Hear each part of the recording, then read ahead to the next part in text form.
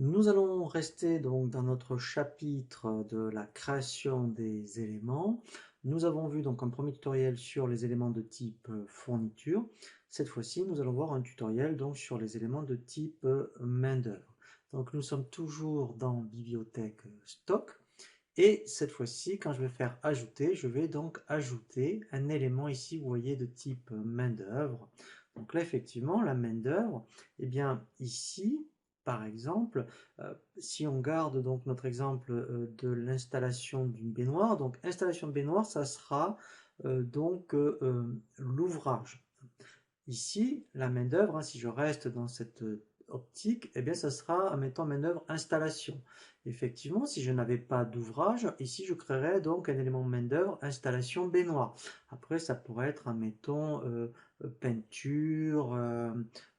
Voilà, donc en fait, hein, la main-d'œuvre, effectivement, ça va considérer tout ce qui est prestation, mais essayez de faire attention à ne pas mélanger ouvrage et main-d'œuvre. Si là je l'appelais installation baignoire, je pourrais très bien le mettre ici en descriptif technique par exemple.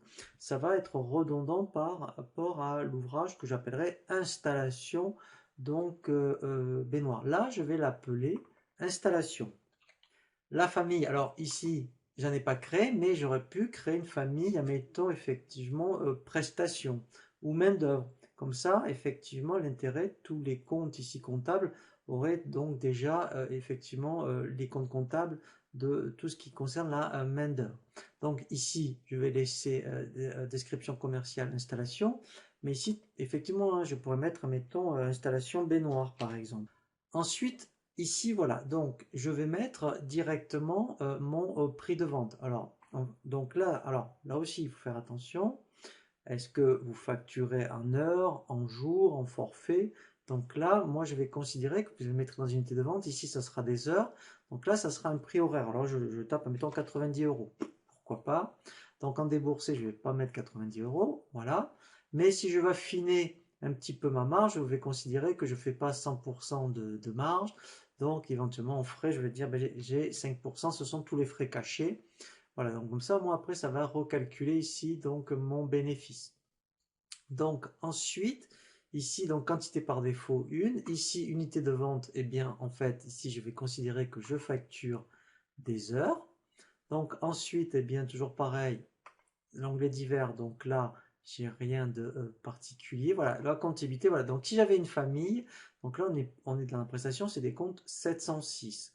Donc si vous avez un seul compte comptable pour la main-d'œuvre, si vous le mettez dans la famille, et bien automatiquement il le mettra tout seul ici. Vous voyez que là effectivement, si c'est à 10 ou à 20, c'est un autre compte.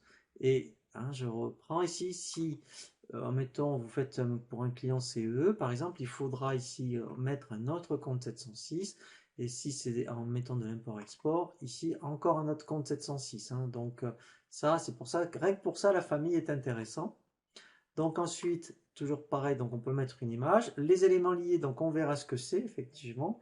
Donc s'il y avait besoin, alors pour la main-d'œuvre, en principe, ça ne concerne jamais, c'est plutôt pour les fournitures. Fournisseur, là, j'en mets pas, hein, puisque c'est sauf si après, effectivement, on faisait appel à des sous-traitants pour certains types de main-d'œuvre. Et tarif client, tarif fournisseur, donc là, on va avoir un tutoriel spécifique pour les catégories tarifaires. Donc là, référence, il n'y en a pas. Et ensuite, voilà, alors là aussi pareil, alors métrer type, ça pourrait être intéressant, effectivement, dire, bon ben, bon, par exemple pour de la peinture, hein, voilà, pour faire un calcul de surface. Mais nous, on le verra surtout dans les devis. Donc, c'est vrai que la main-d'œuvre, c'est quand même un peu plus facile que les fournitures, hein, surtout bien pensé, donc à affecter une famille si vous en avez, et donc ici votre prix de vente. Voilà, et donc là, je fais enregistrer.